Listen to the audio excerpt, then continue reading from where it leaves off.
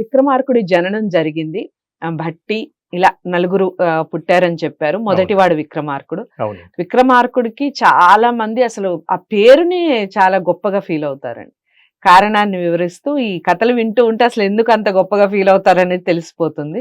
దాని వెనకాల నెక్స్ట్ కంటిన్యూగా కథ ఏం జరిగింది చెప్పండి.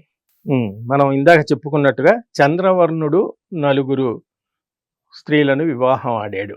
ఆ నలుగురు స్త్రీలకు నలుగురు పుత్రులు కలిగారు, నలుగురు కుమారులు కలిగారు. వాళ్ళలో పెద్దవాడు వరరుచి, రెండవ వాడు విక్రమార్కుడు, మూడవ వాడు భట్టి, నాలుగవ వాడు భర్తృహరి. ఈ విధంగా రాజ్యం కొనసాగుతూ ఉన్నప్పుడు ఆ పిల్లలు పెరిగి పెద్దగయ్యి విద్యాబుద్ధులు నేర్చుకున్న తర్వాత ఇంకా వయసు పైన పడుతుంది కదా. వయసు పైన పడ్డప్పుడు ఈ చంద్రవర్ణుడు అనే అతను అవసాన దశకు వస్తాడు. ఇంకా తనువు చాలించే ముందు పిల్లలందరినీ పిలిచి, మరి నేను ఇంకా నేను మరణించే సమయం ఆసన్నం అయింది కాబట్టి అతను నలుగురు కుమారుల్ని దగ్గర పిలిచి భర్తృహరి వైపు చాలా దీనంగా చూస్తాడు. అప్పుడు మిగతా కుమారులంతా కూడా అదేంటి మరి నాన్నగారికి నలుగురు కుమారులు ఉన్నప్పుడు మా మీద ప్రేమ ఎక్కువగా కనిపించట్లేదు, భర్తృహరి మీదే ఎక్కువగా కనిపిస్తున్నట్టుగా ఉంది అని మనసులో అనుకుంటారు. ఆ రోజుల్లో మనసులో అనుకున్నవి పైకి తెలిసినట్టుగా కూడా మనకు కొన్ని కథల్లో కనబడుతుంది. అప్పుడు తండ్రి కాబట్టి వాళ్ళ మైండ్ని మనసును తెలుసుకుంటాడు కాబట్టి అప్పుడు వాళ్ళని అంటాడు, భర్తృహరిని నేను ఎందుకు ఎక్కువగా ప్రేమిస్తున్నాను, ఆయన వైపు ఎందుకు అలా జాలిగా దీనంగా చూస్తున్నాను అంటే, ధర్మశాస్త్రం ప్రకారంగా మీరంతా కూడా బ్రాహ్మణ క్షత్రియ వైశ్య జాతులకు చెందినవారు. రేపు నేను మరణించిన తర్వాత తిలోదకాలు అని ఉంటాయి. మరణించిన కర్మకాండ చేసి ఉత్తమ గతులు కలగాలి అని తిలోదకాలు ఇస్తారు. అవన్నీ కూడా ఆ సంప్రదాయంలో ఉన్న నమ్మకాలండి. అవన్నీ మనం ఇవాళ దృష్టితో దాన్ని విశ్లేషించకూడదు. అప్పుడు మీరు ముగ్గురు ఇచ్చేటువంటి తిలోదకాలు నా ఉత్తమ గతులకు పనికొస్తాయి, కానీ భర్తృహరి మాత్రం నాకు పనికిరాదు. ఎందుకంటే అతను వేశ్య జాతిలో నుంచి వచ్చినవాడు కాబట్టి అతనికి నేను ఏదో చెయ్యాలి అని అతను మొత్తం రాజ్యాన్నంతా కూడా అతనికి అప్పగిస్తాడు. రాజ్యానికంతా కూడా అతని రాజుని చేస్తాను, ఎందుకంటే పాపం అతనికి వేరే రకమైనటువంటి పరిహారం ఏమీ లేదు కదా అంటే, అప్పుడు మిగతా ముగ్గురు కూడా నాన్నగారు మీరు చెప్పినట్టు మేము వింటాం, మా అలాంటి రాజ్యం కావాలనే ఆశ లేదు కాబట్టి భర్తృహరికి మీరు రాజ్యాన్ని కట్టబెట్టండి. భర్తృహరి చిన్నవాడు అందరికంటే, తమ్మునికి మేము ముగ్గురం అండగా ఉండి ఈ రాజ్యాన్ని సుఖంగా పరిపాలించేటట్టుగా చేస్తాం అని అంటాడు. అప్పుడు భర్తృహరి మనకి భారతంలో భీష్ముడిలాగా ఒక కథ కనబడుతుంది. భీష్ముడు ఏమిటి, తండ్రి శంతనుడికి నేను పెళ్లి చేసుకుంటే నాకు పుట్టబోయే పిల్లలు రాజ్యానికి రాజులు అవుతారని నేను పెళ్ళే చేసుకోనని అతను బ్రహ్మచారిగా ఉన్నాడని మనకు భారతంలో భీష్ముడి కథ ఉంది. అట్లా ఇతని భర్తృహరి ఏం చేశాడు, నేను వివాహం చేసుకున్నప్పటికీ కూడా సంతానాన్ని కనను అని అంటాడు. ఎందుకంటే అవి ఉత్తమగతులకి తోడ్పడవు కాబట్టి నేను సంతానాన్ని కనకుండా ఉంటాను అని ఒక మాట ఇస్తాడు. దాంతో ఆ రాజు మరణిస్తాడు. ఇలా రాజ్యం కొనసాగుతూ ఉంటుంది. కొనసాగుతూ ఉన్నటువంటి సమయంలో ఈ కథలన్నీ కూడా చాలా విచిత్రంగా ఉంటాయి. ఈ భర్తృహరికి మరి అనేక మంది భార్యలు ఉంటారు, అది సహజం ఆ రోజుల్లో. అయితే అందులో పెద్ద భార్య మోహనాంగి. ఈ మోహనాంగి అంతఃపురంలో, ఆ రోజుల్లో రాణివాసం అంతా కూడా అంతఃపురంలో ఉండేది కదా. ఈ మోహనాంగి ప్రవర్తన సరి అయినది కాదు. ఆమె అక్కడ ఆ సైన్యంలో ఉన్నటువంటి ఒక అశ్వదళానికి అధిపతి అయినటువంటి మరొక పురుషునితో ఆవిడ అక్రమ సంబంధం పెట్టుకుంటుంది. ఇది రాజుగారికి తెలియదు. ఒకరోజు ఈ రాజుగారి సభలోకి ఒక యోగి వస్తాడు. ఒక యోగి వచ్చి అతను ఒక దానిమ్మ పండు ఈ రాజుకు అందిస్తాడు. ఈ దానిమ్మ పండుని ఎవరైతే తింటారో వాళ్ళు నిత్య యవ్వనంగా ఉంటారు, వాళ్ళకి ముసలితనం రాదు, కాబట్టి ఈ పండు మీకు ఇస్తున్నాను మహారాజా అని ఆ యోగి ఆ పండు ఇచ్చి వెళ్ళిపోతాడు. అప్పుడు ఆ రాజు ఆ దానిమ్మ పండు తీసుకొని, నిజానికి స్వార్థపరుడైతే తనే తినాలి, తినకుండా ప్రేమ ఎవరి మీద ఎక్కువగా ఉంటుందో వాళ్ళకే మనం కావలసినవి ఇచ్చుకుంటాం, సహజం కదా, మనం నచ్చిన వాళ్ళకే ఇస్తూ ఉంటాం. ఇతను ఏం చేస్తాడు, అతనికి ఉన్నటువంటి అనేక మంది భార్యల్లో ఆ పెద్ద భార్య మోహనాంగి అంటే విపరీతమైన ప్రేమ కదా, ఆమెకు ఆ దానిమ్మ పండిస్తాడు. కానీ ఆవిడ చేస్తున్నటువంటి వంచన ఇతనికి తెలియదు పాపం. కానీ ఆమె ఏం చేస్తుంది, ఆ దానిమ్మ పండు తీసుకువెళ్ళి పరపురుషుడితో ఎవరితో ఆవిడ సంబంధం కలిగి ఉందో ఆ పురుషుడికి ఆ దానిమ్మ పండిస్తుంది. అతను ఏం చేస్తాడు, నిజానికి ఈమె మీద పెద్ద ప్రేమ ఉండి ఈమెతో ఉండటం లేదు. అతనికి మరొక స్త్రీ, ఆ స్త్రీ ఏమిటంటే చాలా పశువులని పేడనే అందులో రాస్తారు. పేడ తీసుకుని పశువుల కాపరిగా ఉండేటువంటి ఒక స్త్రీ, ఆమె పేరు కాళి, ఆ పేరు కూడా కథల్లో చెప్తారు. ఆమెకు తీసుకెళ్ళి ఆ పండిస్తాడు. అంటే ఇక్కడ మనిషికి మనస్సు, ఒక మనిషి మీద ఉన్న ప్రేమ ఎలాంటిదనండి. ఇతను ఆమె మీద ప్రేమతో ఇస్తే, ఆమె అతని మీద ప్రేమతో ఇస్తే, అతను ఈమె కంటే ఎక్కువగా ప్రేమించేటువంటి మరొక స్త్రీతో సంబంధం పెట్టుకున్నటువంటి స్త్రీకి అతను పండిస్తాడు. ఆమె ఏం చేస్తుంది, ఇది మామూలు దానిమ్మ పండే కదా, ఏమిటి ఇందులో గొప్పతనం అని దాని విశేషాలు తెలియదు. ఎందుకంటే వాళ్ళు మామూలు సామాన్య ప్రజలు కాబట్టి దాని యొక్క మహత్యం, దాని యొక్క మహత్తు, గొప్పతనం తెలియకుండా ఆవిడ పేడంతా కూడా ఎత్తి పేడతట్టలు మోస్తుండేటువంటి ఒక మామూలు స్త్రీ ఆ పేడతట్టు పైన దానిమ్మ పండు పెట్టుకొని ఆ వీధుల్లో నుంచి వెళుతూ ఉంటుంది. సరిగ్గా ఈ భర్తృహరి మేడ మీద నుండి ఆమె వెళుతూ ఉండటం మేడ మీద నుండి చూస్తాడు. ఆ పేడతట్టలో ఉన్నటువంటి దానిమ్మ పండు అది ఎక్కడో చూసినట్టుంది, ఆ యోగి నాకు ఇచ్చినటువంటి పండులాగా ఉంది అని అతని అనుమానం వచ్చి ఆ భటులను పిలిచి ఆమెని తీసుకురమ్మంటాడు సభలోకి. ఆ కాళిని తీసుకొస్తాడు. ఇది ఎక్కడిది ఈ పండు అంటే, నాకు ఇంకా రాజు దగ్గర చెప్పుగా పలానా వ్యక్తి ఇచ్చాడు. ఆ వ్యక్తిని పిలుస్తారు. ఇది ఎక్కడిది ఈ పండు అంటే ఆ వ్యక్తి రాణిగారి పేరు బయటికి వస్తుంది. అప్పుడు భర్తృహరి జీవితం మీద విరక్తి చెందుతుంది.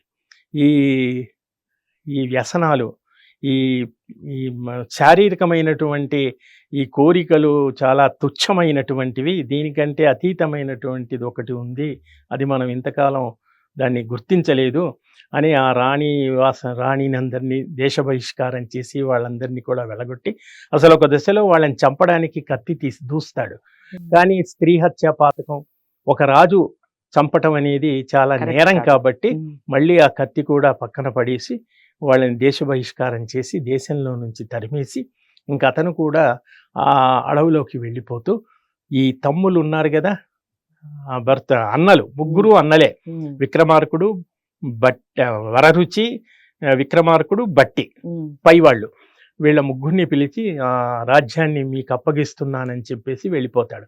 అప్పుడు వరరుచి అనేటువంటి వాడు పెద్దవాడు, ఆ బ్రాహ్మణ స్త్రీకి పుట్టినవాడు, అసలు నాకు ఈ రాజ్యాల మీద కానీ, ఈ భోగల ఆలసత మీద కానీ, ఈ సంపదల మీద కానీ నాకు వ్యామోహం లేదు తమ్ముడు, నాకు ఈ రాజ్యం వద్దు, నేను రాజ్యం చెయ్యలేను అని అతను వెళ్ళిపోతాడు. ఇక మిగిలింది ఎవరు, విక్రమార్కుడు, భట్టి.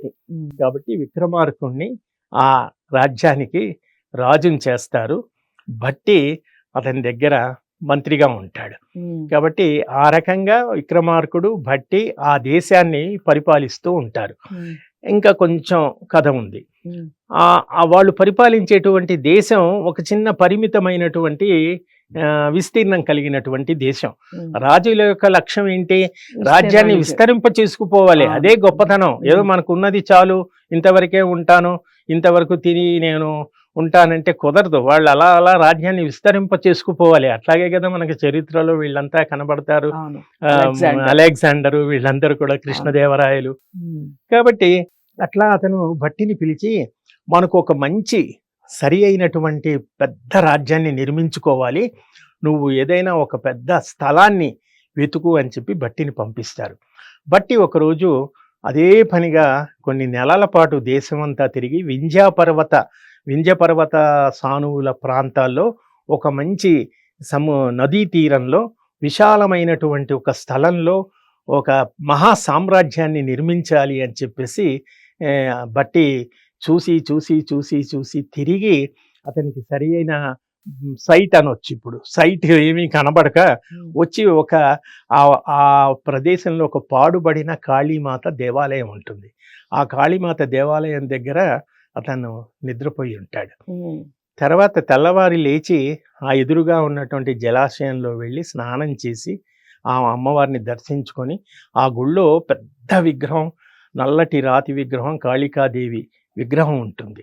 దాని ఎదురుగా ఒక శాసనం ఉంటుంది. శాసనం అంటే రాయి మీద రాసినటువంటి ఒక స్క్రిప్చర్ ఉంటుంది. ఆ శాసనంలో ఏం రాసిందని ఇతను బట్టి వెళ్ళి ఆ శాసనాన్ని చదువుతాడు. ఆ శాసనంలో ఏముంటుందంటే, ఈ నదీ తీరంలో, ఆ జలాశయం ఏదైతే ఉందో ఆ నదీ తీరంలో ఒక పెద్ద చెట్టు ఉంది. ఆ చెట్టుకు వరుసగా 7 కొమ్మలు ఉన్నాయి.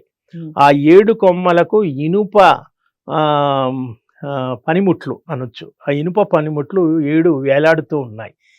ఎవరైతే ఆ చెట్టు ఎక్కి ఒకే వేటున ఆ 7 కొమ్మలను నరికేస్తారో, నరికి అవి ఆ నదిలో, ఆ కింద నీళ్లలో పడ్డప్పుడు అందులో నుంచి ఒక త్రిశూలం బయటకు వస్తుంది. ఆ త్రిశూలం పైన తలకిందులుగా ఆ త్రిశూలం పైన దూకి ఆత్మార్పణ చేసుకుంటారో వాళ్ళు ఈ దేశానికి గొప్ప చక్రవర్తి అవుతారు అని చెప్పేసి ఆ శాసనంలో రాసి ఉంటుంది. ఇది చాలా భయంకరమైనటువంటి విషయం. ఎవరు చూసి చూసి ప్రాణాన్ని పోగొట్టుకుంటారు. ఒక మహా సామ్రాజ్యాధినేత కావాలి అన్నా కూడా సాహసం చెయ్యాలి కదా. అదే సాహసం చెయ్యరా డింబక అని అంటారే. అప్పుడు భట్టి ఈ విషయం అంతా తెలుసుకుని విక్రమార్కుడి దగ్గరికి వస్తాడు. వచ్చి ఏమయ్యింది అంటే, అన్నగారు ఇదిగో ఇలా ఇలా అయ్యింది, ఇలా ఇలా అయ్యింది అని అది చెప్పడానికి తటపటాయిస్తాడు.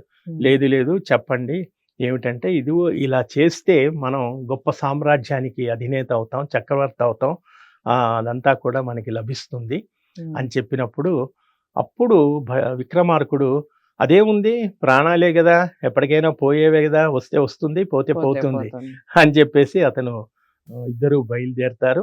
విక్రమార్కుడు కత్తి కరవాలంతో ఒక్క వేటున ఆ 7 కొమ్మల్ని ఒకే షాట్లో అవి కట్ అయిపోవాలి. అలా వాటిని నరికేసి ఆ త్రిశూలం పైన తలకిందులుగా అందులో దూకబోతూ ఉంటే అప్పుడు ఆ కాళికామాత ప్రత్యక్షమయ్యి ఆ త్రిశూలం పైన పడకుండా 2 చేతులతో అడ్డుకొని విక్రమార్కుడిని అలా ఎత్తుకొని రక్షిస్తుంది అని ఆ కథలో ఉంటుంది. ఆ రకంగా విక్రమార్కుడు మహాసామ్రాజ్యానికి ఒక గొప్ప అధినేతగా తయారవుతాడు. ఇది ఇంతవరకు ఆ మొదటి బొమ్మ చెప్పినటువంటి కథలో విక్రమార్కుడి యొక్క జననము, పుట్టుక, ఎదుగుదల, ఒక మహా సామ్రాజ్యానికి చక్రవర్తి ఎలా అధిపతి అయ్యాడనేంత వరకు ఉంది. ఇంకా తర్వాత కథ చాలా నడుస్తుంది బట్టి విక్రమార్కుడి మధ్యలో. ఇంకా తర్వాత విక్రమార్కుడి యొక్క ఈ గొప్ప సాహసం, ఆయన యొక్క ధైర్య శౌర్యాలు తెలుసుకొని దేవేంద్రలోకంలో, ఆ రోజుల్లో దేవేంద్రలోకం, నరలోక ఇవన్నీ కథల్లో వస్తాయి. అయితే దేవేంద్రలోకంలో ఇంద్రుడి దగ్గర రంభా, ఉర్వశి, మేనక వాళ్ళు ఉంటారు కదా. ఈ నలుగురి మధ్యలో నాట్యంలో ఒక పోటీ వస్తుంది. ఎవరు గొప్ప ఎవరు గొప్ప అని. చివరికి ఏదో ప్రీ ఫైనల్ అని ఇట్లా మనం తీస్తామే కాంపిటీషన్స్ లో, అట్లా రంభా, ఉర్వశి ఇద్దరు నెగ్గుతారు. అయితే ఈ రంభా, ఉర్వశి ఇద్దరు సమంగా నాట్యం చేస్తారు.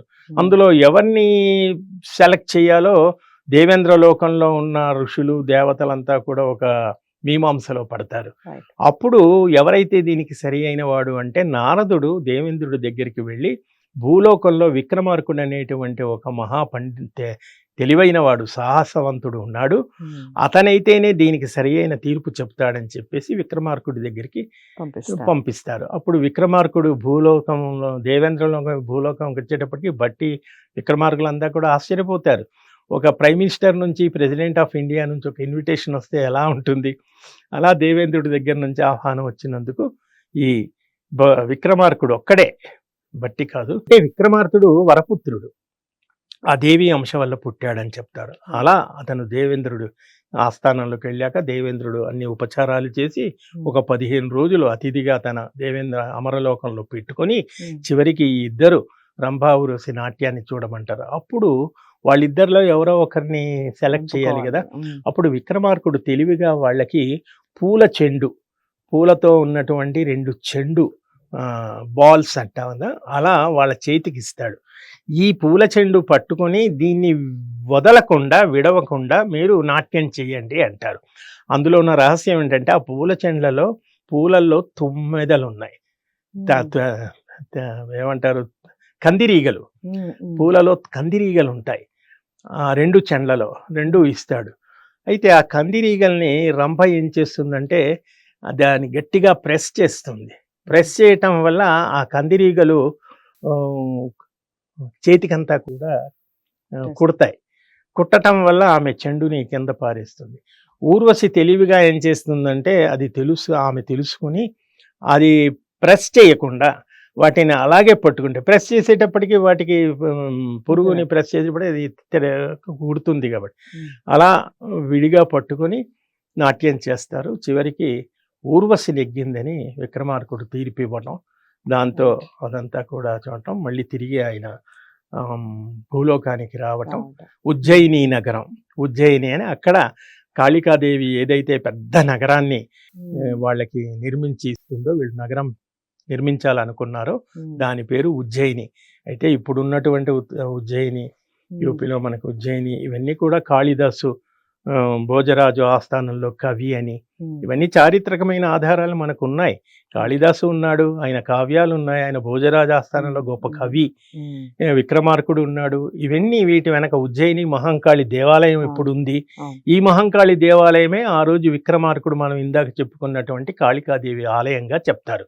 కాబట్టి విక్రమార్కుడు ఒక మహా సామ్రాజ్యాన్ని, ఉజ్జయిని సామ్రాజ్యాన్ని నిర్మించుకొని ఆ కాళికాదేవిని నిత్యం వ్రతం చేస్తూ ఆ రాజ్యాన్ని పరిపాలిస్తూ ఉంటాడు. ఇక ఆ తర్వాత చాలా కథలు నడుస్తాయి. విక్రమాదిత్యుడికి సంబంధించి చాలా ఇంట్రెస్టింగ్ కథలు అని చెప్పొచ్చండి. ఇప్పటి వరకు మీరు విని ఉండరానే నేను అనుకుంటున్నాను, ఎందుకంటే నేను కూడా చాలా పుస్తకాలు చదివాను. ఈ పుస్తకాలు చదవడం వేరు, మనం వింటే మనకి కలిగే అనుభూతి వేరు, చూస్తే కలిగే అనుభూతి వేరు. ఇవన్నీ గుర్తుండిపోతాయి పిల్లలకి. విక్రమాదిత్యుడు ఇలా ఉండేవాడు అని ఒక పిక్చర్ మన కళ్ళ ముందు మెదులుతూ ఉంటుంది. ఇలా దేవలోకానికి వెళ్ళాడు, ఇలా మాట్లాడాడు, ఇలా రాణులు ఉండేవాళ్ళు, ఇవన్నీ కూడా ఇప్పటి పిల్లలకి అసలు తెలియదు. మరి మనందరం తెలియచెప్పాల్సిన బాధ్యత మందే. కాబట్టి ఈ కథల యొక్క కార్యక్రమం మేము ప్రారంభించాం. మీ అందరి నుంచి అశేష స్పందన కోరుకుంటున్నాం. ఖచ్చితంగా మీరు అందరికీ షేర్ చేయండి ఈ కథలు. ఛానల్ని సబ్స్క్రైబ్ చేసుకోవడం మర్చిపోకండి. మరో కథతో విక్రమాదిత్యుడు నెక్స్ట్ ఏం చేశాడు, నెక్స్ట్ స్టెప్ ఏమిటి అనేది నెక్స్ట్ కథలో తెలుసుకునే ప్రయత్నం చేద్దాం. నమస్తే.